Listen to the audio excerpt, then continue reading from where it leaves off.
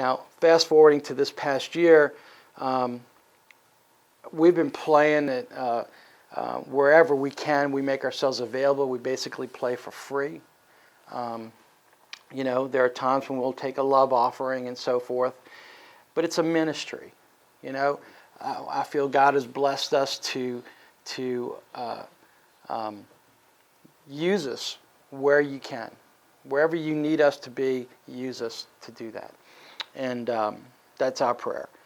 So that has happened. And then all of a sudden a lady comes in and says, from our church, who's a pastor's wife, not our pastor's wife, but another pastor's wife. She has a ministry of nothing but pastors' wives across the country, 900 subscribers to her website.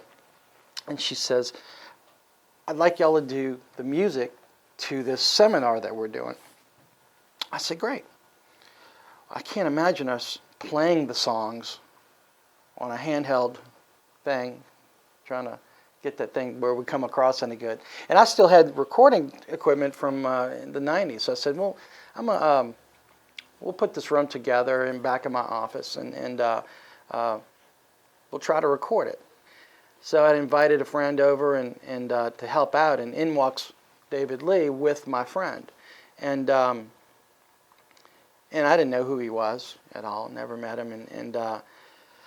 So they walk in the room, and we have this big dry erase board on the wall, and we have our set list of songs that we choose from.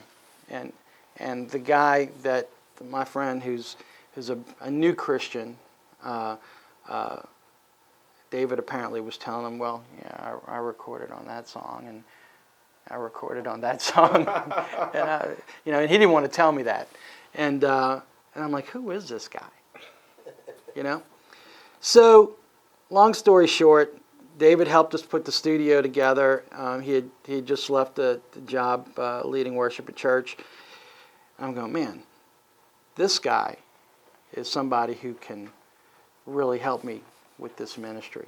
And so I quickly grabbed him, put him on salary for a year, and said, you're working for me. He has had such an impact on us because he is today. Dave's a young guy, plays with Jared, and he's saying just Jared Anderson, but he plays with a lot of different people and have access to a lot of different people. When you're playing, it's just like you writing. You want to get the songs into the right people's hands so that maybe they'll publish it or whatever. The thing about David is an up-and-coming producer for a large record label. Now, the good thing about what we did with this album is that everything that we do gets heard by the record company. The bad thing that happens is everything that we do gets heard by the record company.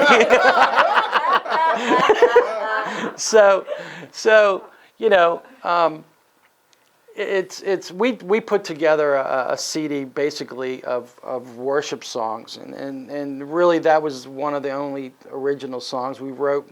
We recorded one of Jared's songs as well called "Pouring It Out for You," which I think is an incredible song as well, and some standards, so that when people come to see us, we've played in different places, and people haven't been to church. You run into people that say, I haven't been. We played Mobile last year we led worship at a church out there, and a guy comes up to us and says, I haven't been to church in 10 years.